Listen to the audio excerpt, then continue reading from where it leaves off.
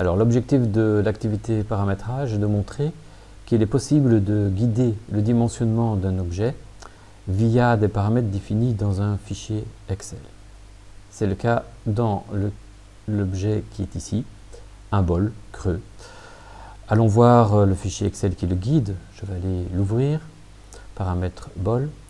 Vous voyez qu'on a une première feuille, feuille 1, notée ainsi par Excel, feuille par défaut, que Katia va aller utiliser pour exploiter les paramètres définis dans cette colonne-ci. Vous voyez ici le nom des paramètres. Ces différents paramètres ont été calculés dans une seconde feuille, calcul pour les dimensions du bol. On travaille sur un diamètre de base, un peu comme dans les moteurs thermiques où le prédimensionnement utilise le diamètre de base. Vous voyez que l'épaisseur du bol a été définie, c'est 1/10 du diamètre. La hauteur, c'est 2 fois son diamètre. Sa profondeur, ce sera simplement la profondeur du trou qui est calculée sur base des deux éléments précédents et le diamètre intérieur du trou qui est égal en fait au diamètre moins 2 fois l'épaisseur. Donc tout ça a été calculé. Alors on est sur un bol à 20. Supposons que je veuille maintenant changer mon bol et faire un bol par exemple à 60. On va le faire 60 fois, donc 3 fois plus grand. Voilà. Vous voyez que tous les paramètres sont recalculés. Si je vais voir dans ma feuille, qui est une copie des informations qui se trouvent ici, et bien dans cette feuille, effectivement, tout a été adapté. Et c'est là que Katia va aller lire. On va donc fermer maintenant le fichier Excel pour voir l'impact que ça va avoir. J'enregistre donc l'information. Et après un certain temps, parfois il faut attendre longtemps, ça dépend de la vitesse du PC, vous allez avoir apparaître la synchronisation. Voilà, la synchronisation est mise en route. On va donc fermer.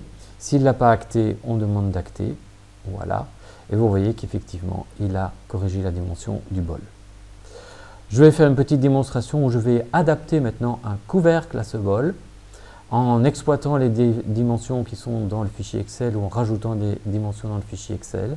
Ça me permettra de vous montrer comment on fait le lien entre tout ça.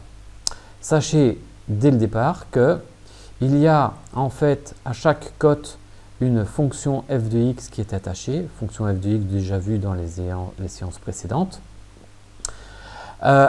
Cette f de x lie en fait la cote qui est là avec une série de paramètres qu'on a définis au préalable dans Katia.